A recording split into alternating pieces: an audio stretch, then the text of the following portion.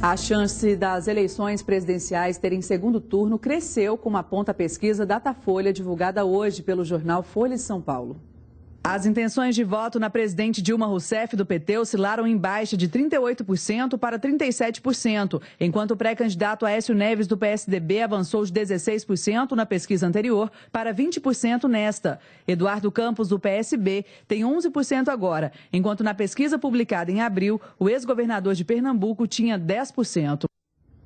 O levantamento do Datafolha foi feito no dia 7 e 8 deste mês, com 2.844 pessoas em 174 municípios do país. A margem de erro é de 2 pontos percentuais para mais ou para menos. Carlos Lindenberg, a pesquisa revela que não houve muitas mudanças, considerando essa margem de erro que eu acabei de falar. Mas o que ela representa de fato? Boa noite. Boa noite. Na verdade, o NIC não há grandes novidades. Há uma queda, uma variação de 1 ponto negativo para Dilma, há uma ascensão acentuada do Aécio Neves de 4 pontos e 1 ponto também subiu Eduardo Campos. Se o telespectador fazer a conta, ele vai ver que é um empate técnico. E esse empate técnico, com um 57% dos eleitores, sem saber se mantém o voto nos candidatos ou não, dá um aspecto de volatilidade ao cenário eleitoral. É difícil falar que vai ter primeiro turno ou se nós vamos ter um segundo turno. E por que o Aécio Neves subiu 4 pontos? O senador Aécio Neves subiu 4 pontos por uma razão muito simples. Ele capitalizou a CPI da Petrobras como ninguém mais capitalizou, só ele. Além do mais, ele teve a semana inteira, na semana passada, de exposição no programa do TRE do PSDB. Então, com esses números, não dá para dizer ainda se haverá mesmo segundo turno, né? Não dá, porque há um empate técnico e 57% dos eleitores podem mudar o voto. E, portanto, há uma volatilidade muito grande nessa questão. A presidente Dilma estará em Patinga na próxima segunda-feira, né? Qual o objetivo da visita? Então, ela vem aqui finalmente para dar ordem de serviço para a duplicação da 381, uma obra reclamada há dezenas de anos por Minas Gerais. Mas vem também para pontuar a presença dela no território mineiro, onde nós temos aqui o segundo colégio eleitoral do país. É importante a vinda dela aqui, do ponto de vista da estratégia dela. Muito obrigada, Lindenberg. Bom fim de semana. Para você também, para você, boa noite. Boa noite. Um mês após a contratação da empresa para a retirada das capivaras da Lagoa da Pampulha, será iniciado agora o trabalho de captura dos animais.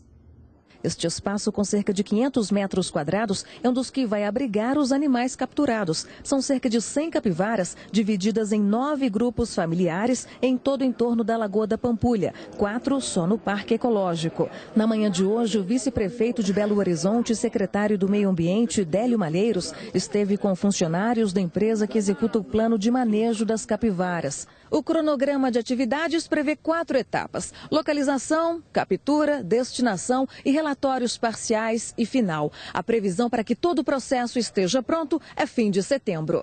Viemos cá conhecer os procedimentos, conhecer como estão sendo feitas essas cevas para atrair esses animais.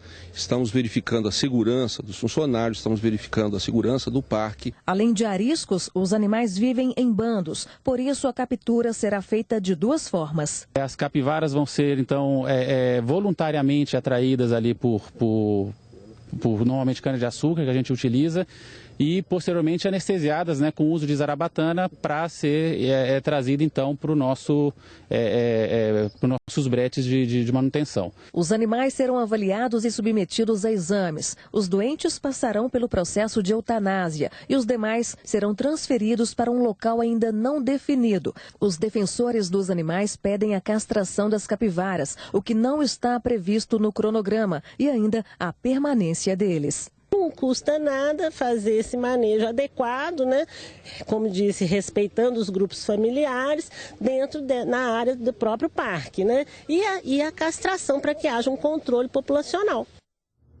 O abandono de animais é um problema que muitas vezes é resolvido através da solidariedade. A população de cães de rua é de 30 mil animais na capital. Os motivos do abandono são variados.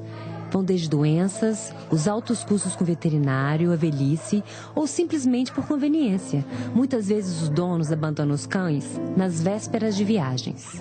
Outro grande problema está na falta de identificação dos cães. Essa cultura não é muito presente entre os donos. E quando o animalzinho se perde, fica difícil localizá-lo.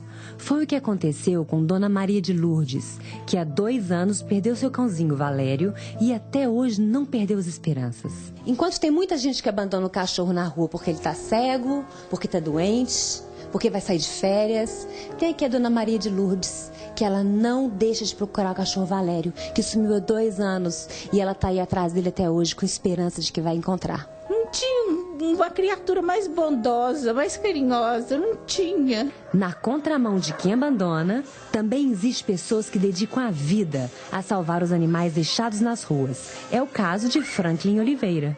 Franklin, o que é essa área aqui? Aqui é onde a gente está hospedando os animais, né, para hotelzinho. Porque é justamente para você ter uma parte de recurso para poder bancar as despesas aqui, que não são poucas, né?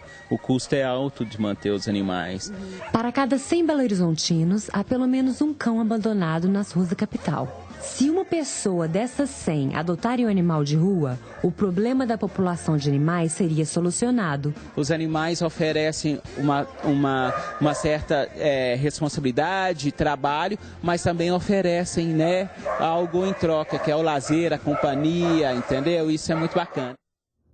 Futebol, uma vitória no clássico de domingo contra o Cruzeiro é o que o Atlético precisa para voltar a vencer este ano. Pela frente, um clássico contra o maior rival, para muitos do Atlético, o divisor de águas.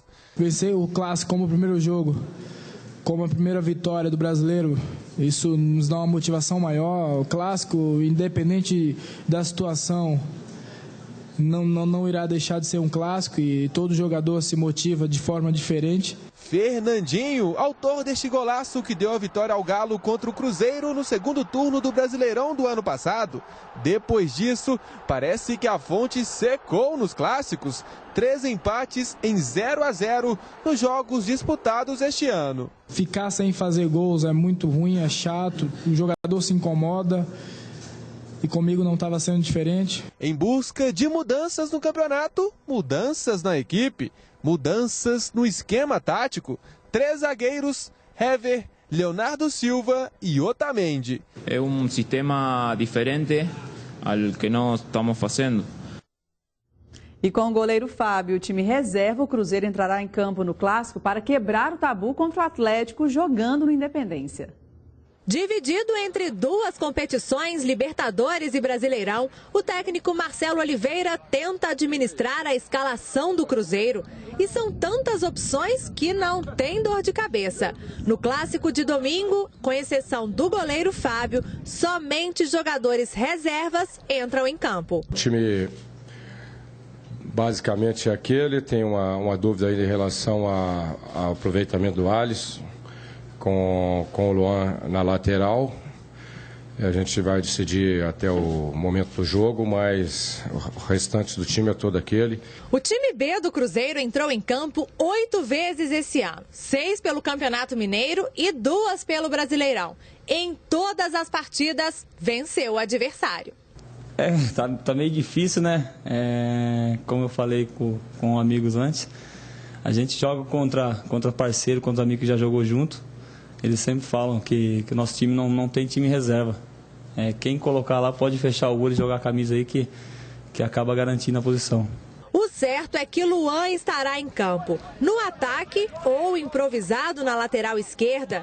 E o que ele prefere? Quando eu cheguei aqui, eu sempre deixei bem claro. O professor sabia que eu podia fazer essa função. E assim que ele precisou, ele chegou em mim, se podia contar comigo. Eu falei que vim para ajudar o Cruzeiro, vim para somar, então aonde ele precisar, vou dar meu máximo. A seguir, Minas planeja a defesa da gastronomia do estado e ainda as dicas culturais para o seu fim de semana. Daqui a pouquinho, agora são 7h08, eu volto já. Jornal Band Minas.